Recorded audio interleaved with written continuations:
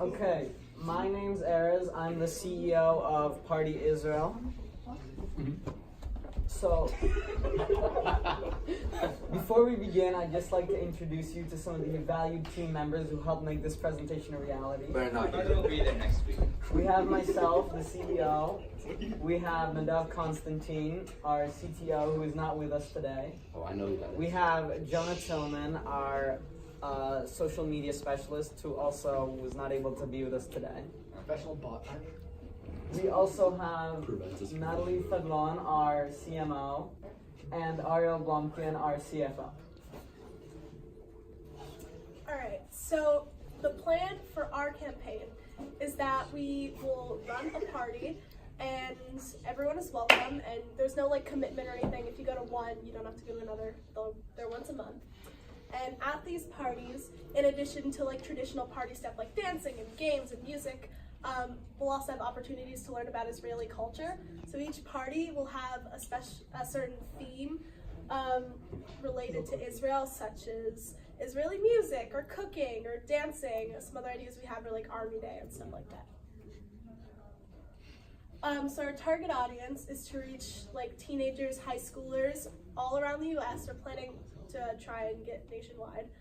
And our main thing is that it's open to all people, not just Jewish people like many other youth groups do. So everyone is welcome, be Jewish or not. We want everyone to be able to learn about Israeli culture and experience it. So what's the purpose driving our organization? So teenagers love going to parties, right? And if their friends go, they'll go to parties as well. So why not bring the same culture to a pro-Israel community? So how do we plan on running this and financing our organization?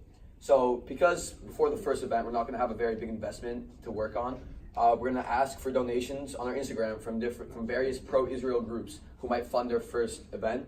And then after we get enough money to get on our feet and start running parties, we're going to start being self-sustainable by charging admission at the front gate or front door and selling snacks at the party, and then from there we can expand into merchandise and selling other stuff at our parties.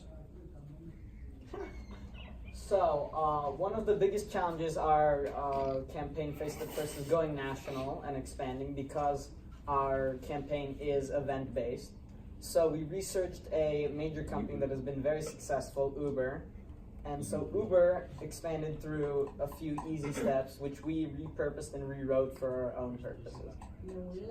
So step one, we create a starter kit, which basically contains instructions that will allow somebody to create a party identical to the ones that we would run ourselves. Step two is to hire or find a volunteer to be our manager in a new location that we would wish to expand to. They would be the CEO of this branch, and they would be the ones receiving our starter kit. Step three is reaching out to existing pro-Israel organizations in the area and trying to get their help with finding volunteers to help run the parties. And in addition, we will also be searching on our social media pages. Step four is once we have enough volunteers to help run the parties, we begin to advertise and run the events in the new location. We advertise them through social media and again through pro-Israel organizations in the area. And then we just keep doing that for each new location we wish to expand to until we're all over the nation.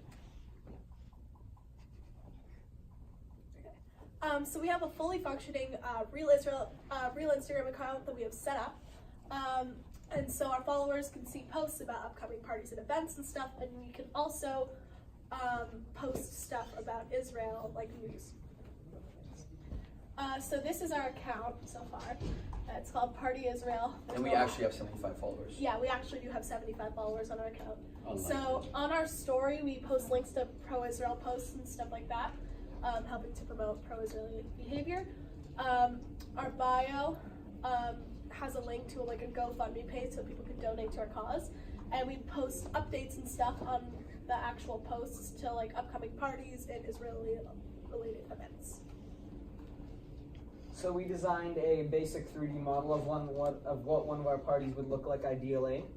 So as you can see, we have the elements of a basic party. We have food in the right corner, balloons, and a DJ in the back who's a bit covered up. And as you can see on the dance floor, we have people of all ethnicities and genders, because like we said before, our parties are open to everybody. And these people are making all sorts of comments about how much we love Israel, because the point of these parties is that they'll come and realize that Israel is pretty great. So, what makes us different from all the other pro-Israel and organizations? So first of all, we're all-inclusive. A lot of pro-Israel organizations are exclusive to only Israelis and Jews, but we want everybody to join. Second of all, a lot of youth groups have events that are either social, like a party, or like a workshop, which is educational, but we decided to combine them into one, which we believe will make them more effective. Another thing is we have commitment-free. There's no locked-in membership. You can come and go however you want. This will hopefully make people more likely to just come to an event and find they like it. Another thing we have is all our events are themed, so it makes them more interesting instead of just a basic bland event. And the last thing is our Instagram follower count is actually real, and our followers, we actually have 75 followers. That's really awkward. So, studies show that teens are more likely to do something if all their friends are doing. And if there's one thing that teens like to do, it's to party. So, our parties will hopefully be an inviting lure that attracts teenagers of all beliefs, whether they're pro-Israel or anti-Israel, to come. And hopefully they'll come, they'll learn a bit about Israel and realize that it's a pretty great place. Party Israel. This is our party. What's yours?